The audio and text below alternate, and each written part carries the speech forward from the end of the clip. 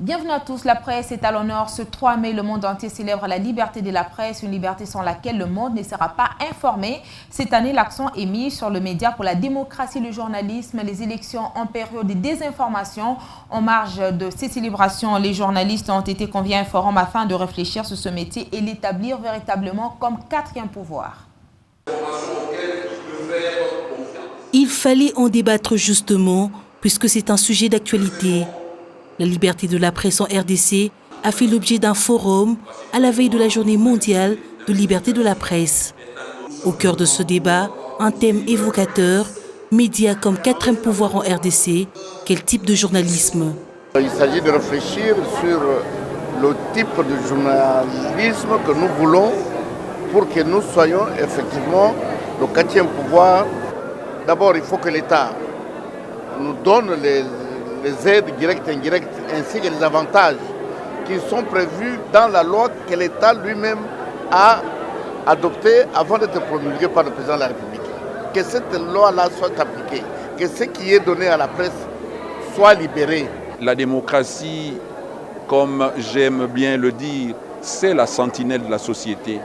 Et quand l'expression de la volonté collective se trouve être le cadet des soucis des dirigeants, ça signifie tout simplement que l'on a sacrifié l'essentiel au profit du superflu.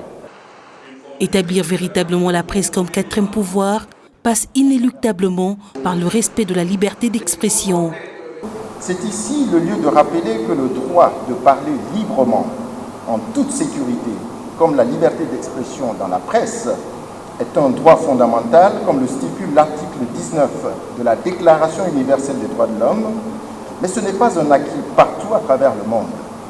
Garantir la liberté des médias dans le monde entier est une priorité pour les Nations Unies, car les médias libres sont des garants de la transparence, de la responsabilisation de l'État de droit.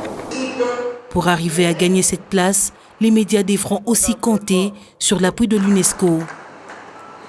L'UNESCO, qui a au cours de ce mandat liberté de la presse ainsi que la liberté d'expression, apportera son expertise pour la matérialisation de cet engagement et œuvrera avec le gouvernement en vue de booster ce processus de changement que les nouvelles autorités veulent mettre en place pour créer un environnement d'exercice de la liberté de la presse.